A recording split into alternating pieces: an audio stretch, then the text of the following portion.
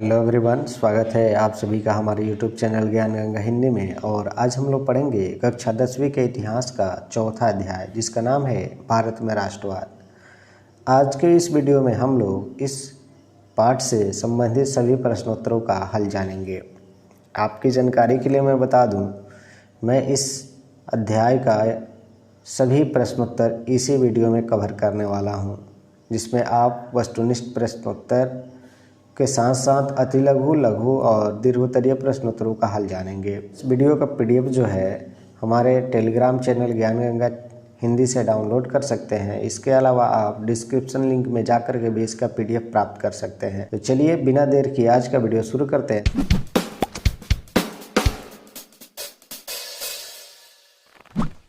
सबसे पहला है वस्तुनिष्ठ प्रश्नोत्तरों का। कह रहे हैं कि नीचे दिए गए प्रश्नों के उत्तर के 4 विकल्प दिए गए हैं, जो आपको सर्वाधिक उपयुक्त लगे उनमें सही का चिन्ह लगाइए। जिसमें पहला प्रश्न है, गदर पार्टी की स्थापना किसने और कब की?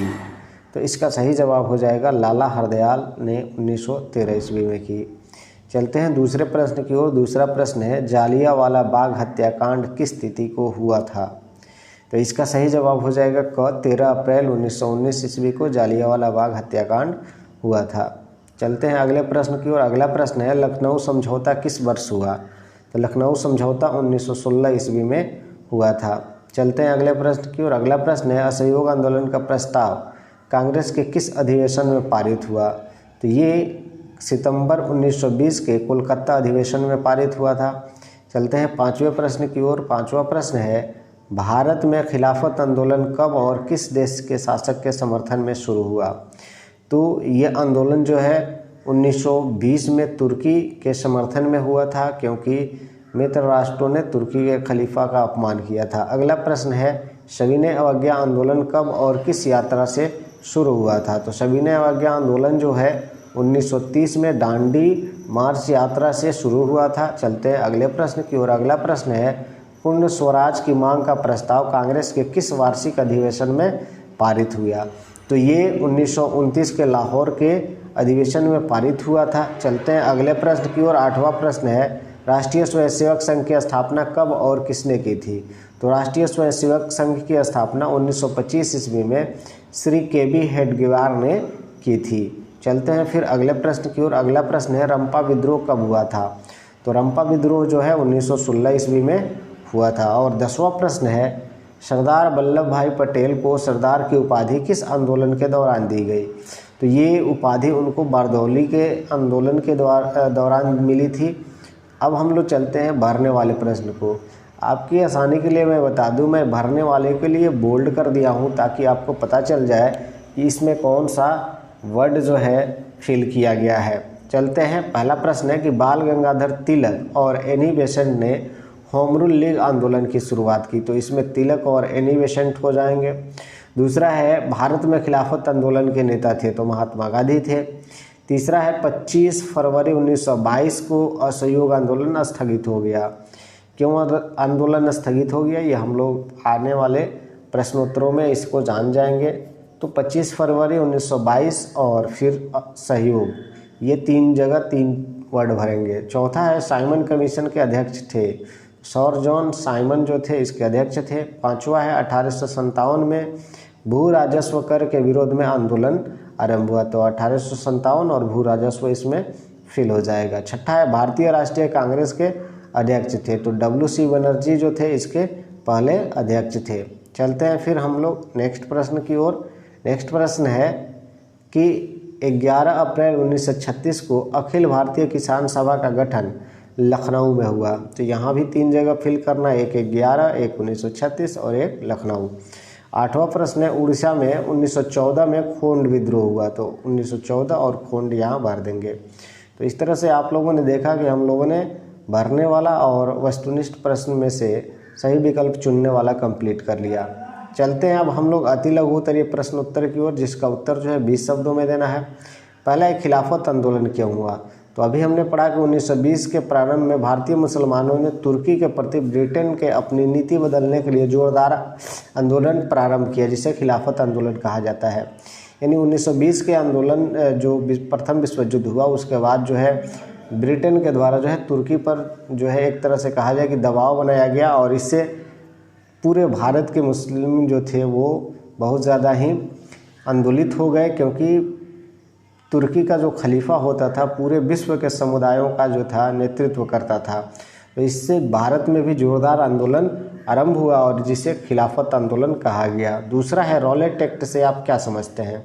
तो अंग्रेज़ों द्वारा 1919 में पारित किया गया एक ऐसा कानून जिसमें किसी भी भारतीयों को शक के आधार पर मुकदमा चलाए बिना ही जेल में बंद किया जा सकता था। यानी एक ऐसा कानून था जिससे शक हो रहा है कि ये भारत के लोग जो हैं या कोई भी व्यक्ति जो है वो अंग्रेजी राज के लिए जो है नुकसान साबित हो सकता है, तो उसको मुकदमा चलाए बिना, उसको कोर्ट में हाजिर किए बिना ही उसे जेल में डाल दिया जाता था और ये 2 सालों तक के लिए हो सकता था। तो ये कहा जा सकता है कि काला कानून था भारतीयों के लिए। तीसरा है दांडी यात्रा का क्या उद्देश्य था? तो समुद्र के पानी से नमक बनाकर अंग्रेजी कानून का उल्लंघन करना, यानी अंग्रेज़ों ने जो कानून बनाए हैं उसको तोड़ना था दांडी यात्रा का उद्देश्य। चौथा है गांधी इरविन पैक्ट अथवा दिल्ली समझौता क्या था? तो सविनय आंदोलन की व्यापकता से अंग्रेजी सरकार को समझौता करने के लिए बाध्य किया। 5 मार्च 1931 को गांधी जी एवं लॉर्ड इरविन के बीच जो समझौता उसे गांधी इरविन पैक्ट कहा जाता है। तो सविनय अवज्ञा आंदोलन जब शुरू हुआ तो अंग्रेज़ों ने इसको ज़्यादातर जो है हल्के में लिया, लेकिन जैसे ही इसकी लोकप्रियता बढ़ती गई अंग्रेजी सरकार ने गांधी से समझौता करने के लिए तैयार किया और इसी को गांधी इरविन पैक्ट या दिल्ली समझौता के नाम से जाना जाता है। 5वां चंपारण सत्याग्रह के बारे में बताओ। तो बिहार के चंपारण में नील की खेती करने वाले किसानों पर हो रहे अत्याचारों के खिलाफ गांधी ने जो सत्य और अहिंसात्मक तरीके से जो आंदोलन चलाया उसे चंपारण सत्याग्रह कहा जाता है। बिहार में जो था उस समय 3 कठिया पद्धति लागू करी गई थी नील की खेती के लिए, जिससे 20 कट्ठे ज़मीन के 3 हिस्से पर जो है लोगों को नील की खेती करनी अनिवार्य थी। तो इससे यहाँ के जो किसान थे वो बहुत ज़्यादा दुखी थे और ऐसे में महात्मा गांधी को जब राजकुमार शुक्ल के द्वारा बुलावा गया तो राजकुमार शुक्ल के बुलाए पर महात्मा गांधी चंपारण आए और उसके बाद जो है उन्होंने इन नील के खेती के लोगों को जो है 3 कठिया पद्धति से मुक्ति दिलाने के लिए उन्होंने जो सत्याग्रह किया उसे ही चंपारण सत्याग्रह के नाम से जाना जाता है। नेक्स्ट प्रश्न है मेरठ षड्यंत्र से आप क्या समझते हैं? तो मार्च 1929 में सरकार ने 31 श्रमिक नेताओं को बंदी बना लिया तथा मेरठ लाकर उन पर मुकदमा चलाया, जिसे मेरठ षड्यंत्र केस कहा जाता है। अगला प्रश्न है जतरा भगत के बारे में आप क्या जानते हैं, संक्षेप में बताओ। तो 1914 से 20 तक खोंड विद्रोह के बाद छोटा नागपुर क्षेत्र के उरांव के द्वारा चलाए जाने वाले अहिंसक आंदोलन का नेता जतरा भगत था, जिसने आंदोलन में सामाजिक और शैक्षिक सुधार पर विशेष बल दिया। तो जतरा भगत जो थे वो खोंड विद्रोह के नेता थे और उन्होंने अपने आंदोलन के साथ साथ अपने खोंड जाति के लोगों के सामाजिक और शैक्षिक सुधार पर उन्होंने विशेष बल दिया था।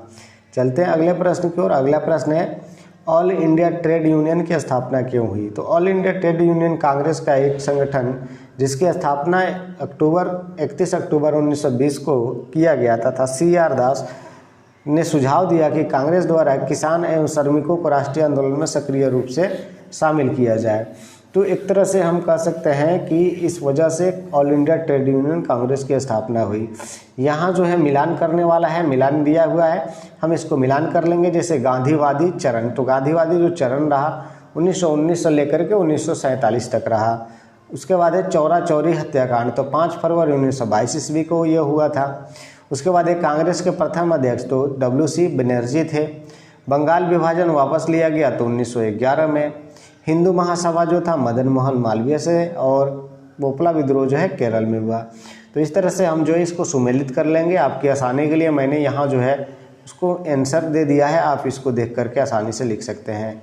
इसके अलावा है लघु उत्तरीय प्रश्नोत्तरों, तो हम जो है इस तरह से करेंगे तो वीडियो बहुत ज़्यादा हो जाएगा। हम इसको जो है आपके लिए स्क्रॉल कर दे रहे हैं, आप इसको आसानी से वीडियो को रोक करके आप स्क्रीनशॉट ले सकते हैं और ले करके इसको लिख सकते हैं।